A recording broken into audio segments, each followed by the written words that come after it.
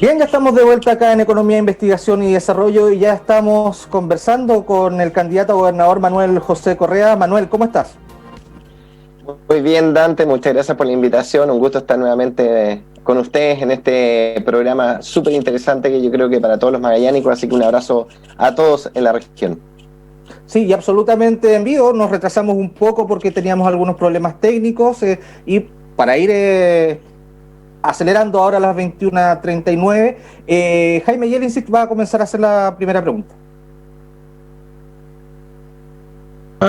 Mira, yo creo que este proceso de campaña tiene una oportunidad de que podamos discutir temas de fondo, estratégicos, digamos, que todavía la región tiene pendientes para enfrentar o mejorar sus condiciones de desarrollo en el futuro. Pero yo te preguntaría, Manuel, ¿qué crees tú por el tema de la ley de excepción?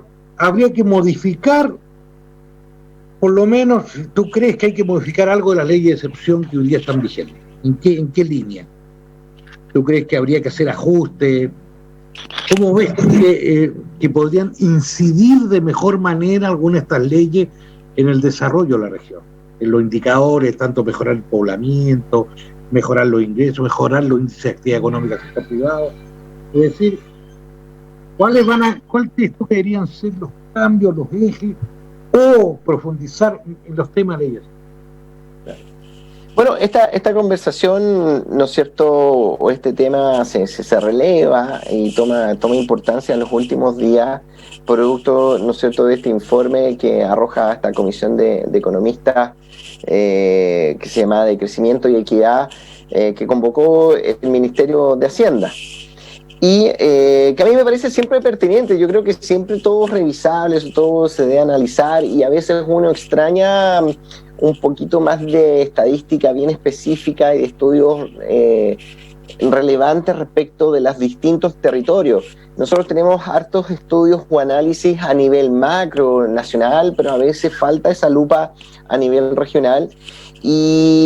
Pero también creo que se ha exacerbado un poco como las inquietudes respecto de lo que arroja este informe, porque el informe de hecho no habla de eliminar, suprimir, sino que dice, bueno, se sugiere revisar porque pudiese haber un costo elevado, pero habría que hacer un análisis costo-beneficio respecto de las leyes de extensión o áreas como de zona franca, porque existen casos, pero no el número constatado, pero se sospecha que pudiese haber contrabando, lo cual yo no creo acá en la región de Magallanes, sino que sí hay algunas noticias o evidencias de que sí se produce contrabando, particularmente en la zona franca de la zona norte.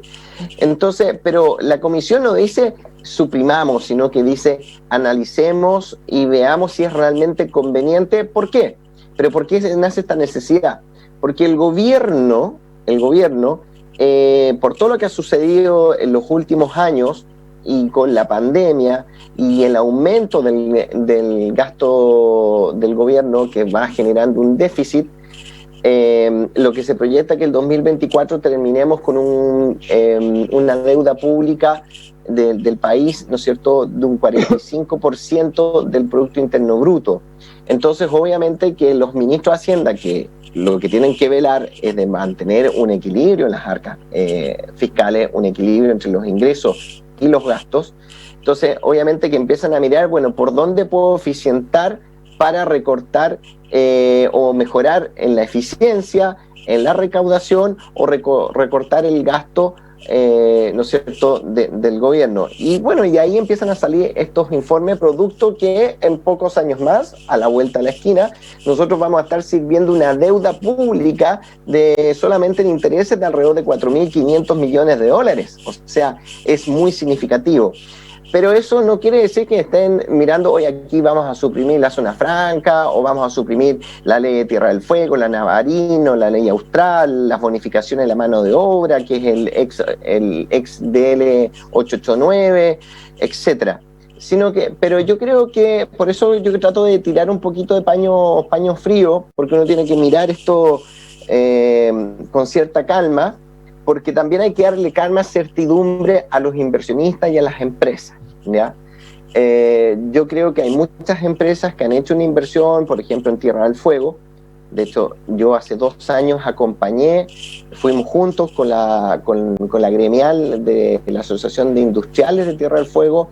Tuvimos una reunión con el subsecretario de Hacienda, Francisco Moreno, y justamente para resolver un problema que venía de la administración anterior del candidato Flies, del exintendente Flies, porque producto de tal vez de un par de hechos de empresas que abusaron o mal utilizaron, ¿no es cierto?, las leyes de Tierra del Fuego, resulta que se metió a todo el saco a todas las industrias que se habían instalado ya, y les congelaron los pagos, las bonificaciones, y eso obviamente puso en un grave riesgo la continuidad de muchas de esas empresas, y eso fue lo que fuimos a solucionar a Santiago.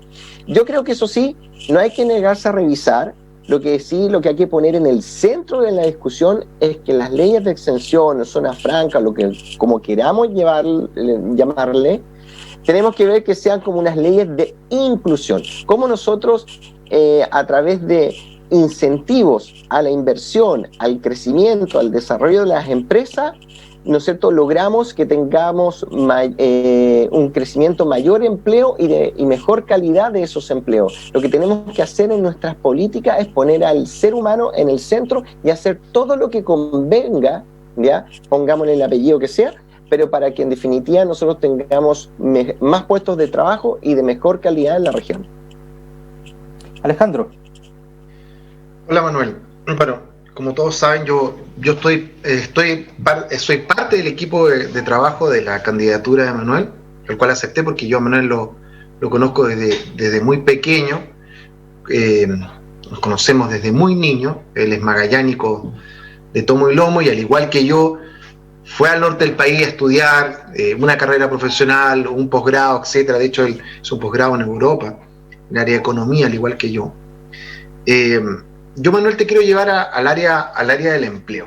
Esta semana se publicó un informe, ya que el boletín laboral del Centro de Economía y Política Regional de la Universidad Adolfo Ibáñez, que gentilmente me lo compartió Sofía Aroca, que es parte del equipo de el Galpón Lab ahí en Puerto Natales, a cual mando un tremendo saludo. Y este informe habla que prácticamente 1 de cada 4 magallánicos hoy día está sin poder trabajar, ¿ya? ¿Por qué? Porque un 8%, o sea, cerca de 7.000 magallánicos, está desempleado. Pero adicional a eso, hay cerca de 15.000 más que salieron de la población activa, o sea, que ni siquiera están buscando trabajo porque saben perfectamente que lo van a encontrar. Te doy un ejemplo, no sé, el guía de turistas, yo te aseguro que un guía hoy día no está buscando trabajo en Torres del Paine, ¿ya? Entonces tenemos una gran población que hoy día no es que no quiera trabajar, como lo dice la Seremi del Trabajo, que incluso se mandó una declaración para el bronce hace 2 semanas atrás, diciendo que la mujer había decidido encerrarse en las casas, poco menos que a cuidar a los hijos y a las personas de tercera edad. No es que la gente esté decidiendo encerrarse y no trabajar, no es que la gente no... ¿Ya? La gente simplemente no encuentra trabajo. Y hoy día, según el informe al cual colaboró esta economista que te planteo yo, que es Sofía Aroca, que mando un tremendo saludo porque ellos están con el Galpón Lava ahí, un cowork en la costanera de Natales, en conjunto con el equipo de esta universidad. 1 de cada 4 magallánicos hoy día no tiene trabajo. Esa es la realidad de Magallanes hoy día.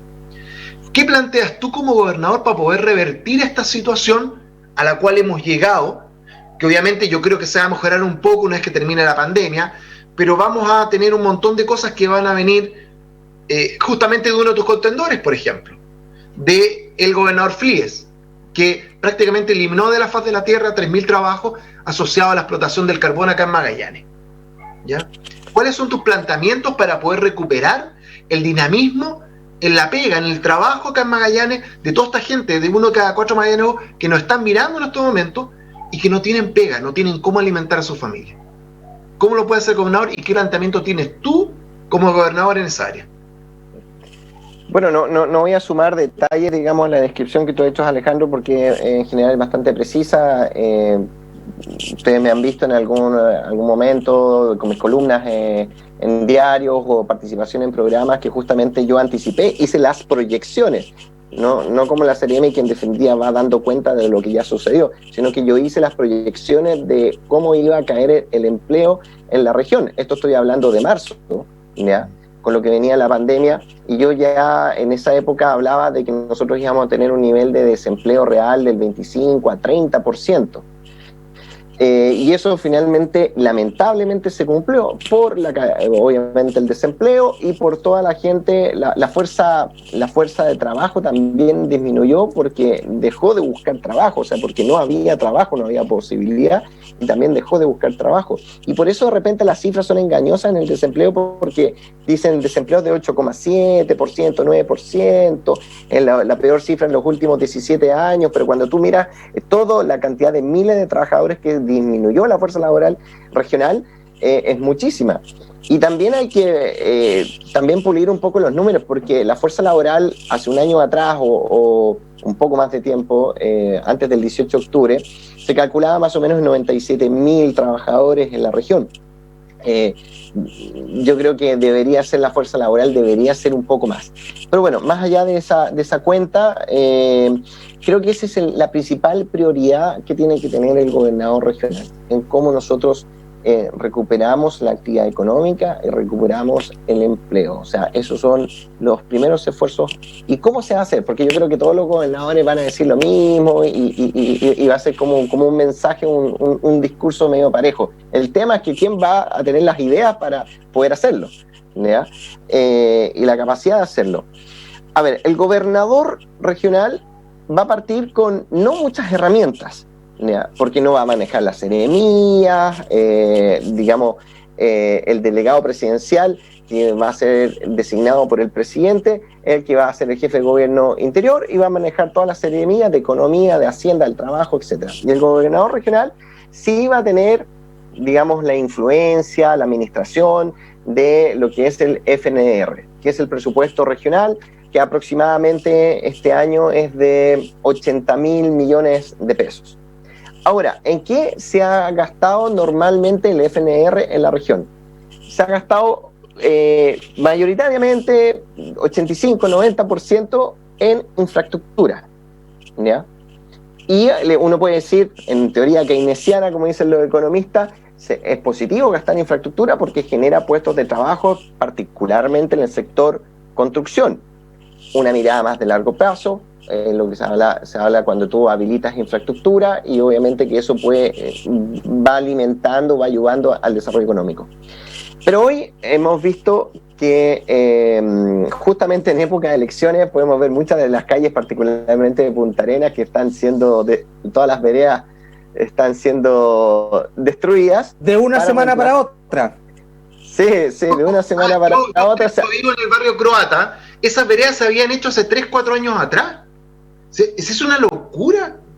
Se habían hecho hace 3-4 años atrás y hoy día se están destruyendo para hacer otras veredas. Cuando existen poblaciones en las cuales ni siquiera tienen una calle pavimentada. Tenemos una ciudad como Puerto Williams, que con suerte tiene un par de cuadras con pavimento. Y acá nos damos el lujo de destruir las veredas de todo el barrio croata para reemplazarlas por unas más, no sé, más bonitas. Sí. Obviamente que algunas calles lo necesitaban, algunas, pero muchas que no, lo hemos visto, lo hemos contratado, y obviamente que en esta época, cuando tú inyectas toda esa plata pública y más otros proyectos privados que están tratando de activarse, saliendo de la pandemia o luchando en esta pandemia, hoy en día el sector construcción está sobrepasado en la región. ¿Y qué produce eso? Cuando tú como sobrecalientas un sector que ya no va a contratar porque no hay personal para trabajar en ese sector tampoco, por lo menos capacitado, los precios también suben. Hay que ir a ver en Sodimac o alguna de las que entregan, ¿no es cierto?, provisiones, materiales de construcción. Cuando llega un material están 20 contratistas ahí peleándose lo que puedan. No se puede comprar por adelantado, tú no puedes planificar, está elevando los costos y obviamente eso tiene un impacto que no es positivo dentro del sector. Entonces, uno lo que tiene que hacer como gobernador es de realmente planificar bien, no hacer las cosas para una campaña o no, para época electoral, planificar eso, pero sobre todo lo que nosotros del FNR tenemos que generar una disponibilidad hacia el gasto social. Yo creo que tenemos una urgencia hacia el gasto social, ¿ya? Y no todo en infraestructura. La infraestructura es importante, pero tenemos que negociarla con el poder central, con el gobierno central, para que haga la infraestructura, ¿no es cierto?, de las grandes obras. Pero en el gasto social tenemos urgencias, particularmente los adultos mayores, los niños, eso es otro tema, pero hablando del trabajo, nosotros tenemos que habilitar a las personas que puedan desempeñarse en distintas áreas. ¿Qué es lo que ha pasado? Yo he hecho algunos estudios, he recorrido las calles, estoy en las poblaciones, estoy en los barrios, estoy en las juntas de vecinos y veo que nuestra población de la región tiene de repente carencias, herramientas para poder desempeñarse correctamente en el mundo laboral, ¿ya? Y ahí tenemos un tremendo desafío porque estamos llegando a un cuello de botella. Magallanes tiene que prepararse para diversificar y, ¿no es cierto?, y volver a emprender. Pero nosotros no tenemos una fuerza laboral hoy en día que sea que tenga todas las herramientas para afrontar los desafíos del futuro. Y si nosotros queremos en definitiva hacer crecer la región con nuestra gente y que esas personas puedan aspirar a mejores salarios en el futuro, vamos a tener que hacer un trabajo muy inteligente en capacitación también. Entonces, por un lado, dar las riendas para que los emprendedores, los empresarios de la región puedan retomar con fuerza su actividad, ¿ya? Eso es algo urgente, pero también tenemos que hacer una mirada que es un poquito más de mediano plazo, ¿ya? Que tenemos que hacer que nuestra fuerza laboral sea productiva y capaz para acompañar, porque mancomunadamente con los empresarios, ¿no es cierto?, con los gerentes, con los profesionales, puedan desarrollar sus negocios y sean competitivos. Si no somos competitivos, vamos a estar vendiendo puros plásticos chinos en la feria, y así nos vamos a ir empobreciendo.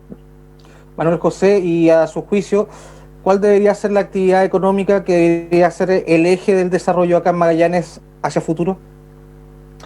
Bueno, lamentablemente los últimos años en Magallanes nos hemos ido disparando a los pies, ¿ya? Porque pucha que se echa de menos, por ejemplo, hoy en día la minería, representada como la empresa insigne Mina Invierno. Eso afectó, sabemos, a 1.000 personas directamente, con el salario promedio, diría, más alto de la región, porque era de 1.300.000 pesos brutos, que bastante más por encima, 60% más del salario promedio bruto regional. Entonces ahí perdimos 1.000 personas, más lo que influye en su familia, más de todos los proveedores de la Mina Invierno. Entonces, y perdimos en definitiva casi 10% del Producto Interno Bruto y directamente más casi el 1,5% de la fuerza laboral de la región, que muchas de ellas se tuvo que ir de la región. Por otro lado tenemos el turismo, que está totalmente en capa caída, y el turismo no va a remontar hasta por lo menos la próxima temporada. Eso es así, porque esta temporada ya pasó. Pero esperando que el proceso de vacunación sea exitoso, todas las apuestas para retomar en octubre y noviembre del próximo año. Y obviamente que el turismo es un área importante, la minería no la podemos descartar, y la salmonicultura, nosotros tenemos que exigirle que sea sustentable, pero tenemos que también, de alguna manera, ayudarla a que sea sustentable, que se instale con fuerza en nuestra región, ¿ya? Conservando, como digo, el medio ambiente, pero la industria salmonera todavía tiene mucho por crecer, y no solamente en la actividad productiva, sino que en todas las empresas de servicio hacia la salmonicultura. Eso está en pañales en Chile. Hoy en día las empresas salmoneras, está todavía en pañales Magallanes. Las empresas salmoneras están instaladas en la región, pero en general sus servicios están en Puerto Montt. Y lo que la apuesta y lo que está mirando la industria salmonera es que si se generan las condiciones, la certidumbre suficiente para que toda la industria de servicios se desarrolle. Esos son miles de puestos de trabajo y emprendimientos que pueden ser 100% regionales. Manuel José Correa, queríamos agradecer su participación nuevamente en el programa en esta segunda temporada. Jaime, un minutito.